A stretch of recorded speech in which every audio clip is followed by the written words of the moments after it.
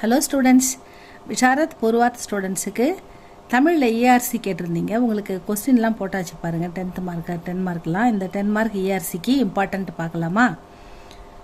ஜிஎம்வி QA புக்கில் page number 90லேருந்து start ஆகுது. உங்கள் கைட்லேயும் இந்த கொஸ்டின் இருந்தால் அதை படிச்சுங்க, அதுவே போதும். தக்க சமயம் தழைத்து வந்தது, கொக்குகள் பறந்தன, கொடிமரம் நிமிர்ந்தது. இந்த பாடல் எந்த பாடலில் இடம்பெற்றிருக்கு இந்த வரிகள்? இதை எழுதியவர் யார்? இதுக்கு என்ன விளக்கம் அப்படின்னு கொடுக்கணும், அவ்வளோதான். இடம்: இவ்வரிகள் இந்தியாவின் கதை என்னும் கவிதையில் இடம்பெற்றுள்ளன. இக்கவிதையை இயற்றியவர் சக்தி கனல். ஆசிரியர் சக்தி கனல். கவிதையின் பெயர் இந்தியாவின் கதை. பொருள்: பாரத சுதந்திரத்திற்கான பலர், அதாவது நம்ம இந்தியா சுதந்திரத்திற்காக நிறைய பேர் போராடினாங்க இல்லையா, அதுதான் சொல்கிறாரு. பாரத சுதந்திரத்திற்காக பலர் போராடி கொண்டிருந்தனர். அப்பொழுது காந்தியடிகள் சத்தியம், அஹிம்சை முறையில் இராட்டையுடன், ராட்டை சுற்றுவார்ல, ராட்டனம், கைத்தறி மாதிரி வச்சு சக்கரம் வச்சு நூல் நூற்றுன்னு பாருங்க, அதுதான் ராட்டை. அஹிம்சை முறையில் ராட்டையுடன் போராடினார். இதனால் வெள்ளை கொக்குகள் பறந்தோடின. வெள்ளையர்கள் ஓடினர் அப்படின்றது தான் வெள்ளை கொக்குகள்னா வெள்ளையர்கள், ஆங்கிலேயர்கள் ஓடிவிட்டனர் அப்படின்றதுக்கு வெள்ளை கொக்குகள் பறந்தோடின. நாடு விடுதலை அடைந்தது. நம்முடைய தேசிய கொடி தலை நிமிர்ந்து நின்றது. இந்தியா சுதந்திரம் பெற்ற அத்தருணத்தை கவிஞர் இவ்வாறு கூறுகிறார் அப்படின்னு முடிச்சிட்டாங்க. இவ்வளோதான். இது நல்லா பார்த்துக்கோங்க. செகண்ட் ஒன் பாருங்கள், அப்படியே கண்டினியூ பண்ணுவோம். மனிதன் உணவை மனிதர் பறிக்கும் வழக்கம் இனியுண்டோ? மனிதர் நோக மனிதர் பார்க்கும் வாழ்க்கை இனியுண்டோ? புலனில் வாழ்க்கை இனியுண்டோ? நம்மிலந்த வாழ்க்கை இனியுண்டோ? அப்படின்னு பாடல் கொடுத்துருக்காங்க. இடம்: இவ்வரிகள் பாரத சமுதாயம் என்னும் கவிதையில் இருந்து தரப்பட்டுள்ளது. இது பாரதியாரின் கவிதையாகும். பொருள்: பாரதியார் பாரத சமுதாயத்தின் பெருமைகளை கூறும் பொழுது, பாரத சமுதாயம் வாழ்க, 30 கோடி மக்கள் கொண்ட இச்சமுதாயத்தில் அனைவரும் சமம். இனி இந்நாட்டில் ஒருவர் உணவை மற்றொருவர் பறிக்கும் இழிநிலை கிடையாது. அதேபோல ஒருவர் துன்பத்தை மற்றொருவன் பார்க்கும் நிலையும் இனி கிடையாது என கூறுகிறார். இவ்வளோதான் ஸ்டூடெண்ட்ஸ். இது ரெண்டும் ஒரு வீடியோவாக போடுறேன். அடுத்து 2 இன்னொரு வீடியோவாக போடலாமா? இல்லை இது இன்னொன்று சேர்த்து இதிலே போட்டுறேன் பாருங்கள். நெக்ஸ்ட் பேஜில் பாருங்கள். எல்லா உயிர்களிலும் நானே இருக்கிறேன், எல்லா உயிர்களிலும் நானே இருக்கிறேன் என்றுரைத்தான் கண்ணபெருமான். இடம்: இவ்வரி பாரத சமுதாயம் என்னும் கவிதையில் இருந்து தரப்பட்டுள்ளது. இது மகாகவி பாரதியாரின் கவிதையாகும். பொருள்: மகாபாரத போர் துவங்குவதற்கு முன்னர் கண்ணன் விஜயனுக்கு, அதாவது அர்ஜுனனுக்கு, கீதையை உபதேசம் செய்தார். அப்பொழுது கண்ணன் விஜயனிடம் எல்லா உயிர்களிலும் நானே இருக்கிறேன் என்று கூறிய கூற்றை பாரதியார் மேற்கோள் காட்டி, உலகத்தில் உள்ள அனைவரும் அமர நிலை அடையும் வழியை நம் பாரத நாடு அளிக்கும் என்று கூறுகிறார். அவ்வளோதான். இதுக்கு அடுத்த கொஸ்டினை பாருங்கள். உன் அறம் உருவம் காணேன், உன் அருமையான உருவத்தை காண முடியவில்லையே என்று கூறுகிறார். உன் அரும் உருவம் காணேன், ஆயினும் உன்றன் ஒவ்வொரு சின்ன நல்லசைவும் என்னை சிலிர்த்திடச் செய்யும். இடம்: இவ்வரிகள் தென்றல் என்னும் கவிதையில் இடம்பெற்றுள்ளன. இக்கவிதையை இயற்றியவர் பாவேந்தர் பாரதிதாசன். பொருள்: தென்றலே, உன் உருவத்தை என்னால் காண முடியவில்லை. நம்ம காற்றை பார்க்க முடியாது இல்லையா, உணரத்தானே முடியும். அதான் சொல்கிறார், தென்றலே உன் உருவத்தை என்னால் காண முடியவில்லை, ஆனால் உன் ஒவ்வொரு அசைவும் என்னை சிலிர்த்திடச் செய்கிறது. இவ்வாறு கவிஞர் தென்றலினால் ஏற்படும் அசைவின் இனிய அனுபவத்தை வர்ணிக்கிறார். அவ்வளோதான். அடுத்த கொஸ்டின் பாருங்கள்.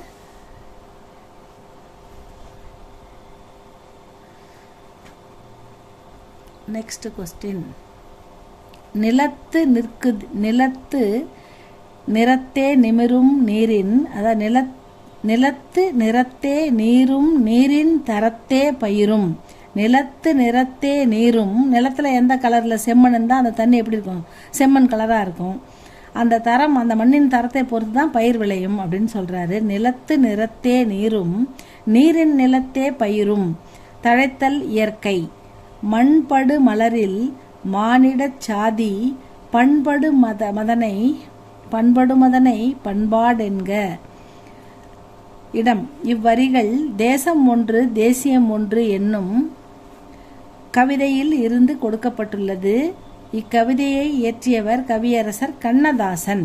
அடுத்த பேஜில் இருக்கு பாருங்க ஸ்டூடெண்ட்ஸ். பொருள். நிலத்தின் நிறத்தை பொறுத்தே நீரின் தன்மையும் நீரின் தரத்தை சார்ந்தே பயிரும் செழித்து வளரும். இது இயற்கை. இதே போல மனிதர்களுக்கு தாம் வாழும் மண்ணை பொறுத்தே மரபு அமைகிறது. அதனையே நாம் பண்பாடு என்கிறோம் என கவியரசர் கண்ணதாசன் கூறுகிறார். அடுத்தது பாரத நாட்டின் மொழி. பாரத நாட்டின் மொழி 14. வேறெதும் இங்கே வேறுபாடில்லை. பாரத நாட்டின் மொழி 14, வேறெதும் இங்கே வேறுபாடில்லை அப்படின்னு கொடுத்துருக்கு கவிதை. இடம். இவ்வரிகள் தேசம் ஒன்று தேசியம் ஒன்று என்னும் கவிதையில் இருந்து கொடுக்கப்பட்டுள்ளது. இக்கவிதையை இயற்றியவர் கவியரசர் கண்ணதாசன். அதனால் விளக்கம் பார்க்கலாம். பொருள். இசை நடனம் போன்ற கலைகளின் இனிமைக்கு மொழி ஒரு பொருட்டல்ல. அதுபோலவே நம் நாட்டில் 14 மொழிகள் பேசப்பட்டாலும் இங்கு வேறுபாடு காணப்படுவதில்லை என கவியரசர் கண்ணதாசன் கூறுகிறார். அடுத்த கொஸ்டின் பார்ப்போம். மங்கை ஒரு பங்கிருக்க யோகி என்றுதனா கையில்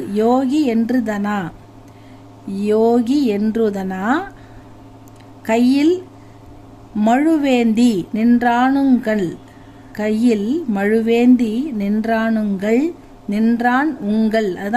உங்கள் மத்தன் அல்லோடி. மங்கையொரு பங்கிருக்க யோகி என்றுதனா கையில் மழுவேந்தி நின்றானுங்கள் மத்தன் அல்லோடி. இடம். இவ்வரிகள் முக்கூடற்பள்ளி என்னும் கவிதையில் இருந்து கொடுக்கப்பட்டுள்ளது. முக்கூடல் என்னும் ஊரில் வாழும் பல்லனின் மூத்த மனைவி மூத்தப்பள்ளி பெருமாள் அடியாள். அந்த மூத்தப்பள்ளி பெருமாள் பக்தை. இந்த பல்லனுக்கு 2 மனைவி. அதில் மூத்த மனைவி பெருமாள் பக்தை. இளைய மனைவி இளைய பள்ளி, அவ பேரு. அவ சிவனடியாள், அவர் சிவன் பக்தை. இவ்விருவர் உரையாடும் பொழுது மூத்தப்பள்ளி இவ்வாறு கூறுகிறாள். பொருள். மூத்த பள்ளி இளைய பள்ளியிடம் தன் உடலில் ஒரு பாதி பெண்ணாக இருக்க, சிவபெருமான் ஒரு பாதி ஆணும் பெண்ணுமா இருப்பார் இல்லையா, அப்ப தன் உடலில் ஒரு பாதி பெண்ணாக இருக்க மழு என்னும் ஆயுதம் ஏந்தி தன்னை ஒரு யோகி என கூறிக்கொள்பவன் தானே உன் ஈசன் என கேட்கிறாள். மூத்தப்பள்ளி இளைய பள்ளியிடம் தன் உடலில் ஒரு பாதி பெண்ணாக இருக்க மழு என்னும் ஆயுதம் ஏந்தி தன்னை ஒரு யோகி என கூறிக்கொள்பவன் தானே உன் ஈசன் என கேட்கிறாள். அவ்வளோதான் ஸ்டூடெண்ட்ஸ், இதை நல்லா புரிஞ்சு படிங்க. இன்னும் ஒரு கொஸ்டின் தான் இருக்குது இம்பார்ட்டன்ட், அதையும் பார்த்துடலாம், கொஞ்சம் கவனிங்க.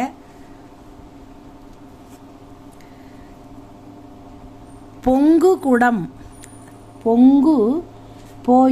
பொங்கு கடற் கண்மிதப்பிற் போந்தேறு மலர்பெருமை எங்கனர்தம் புவனத்தில் அறியாதார் உளரே.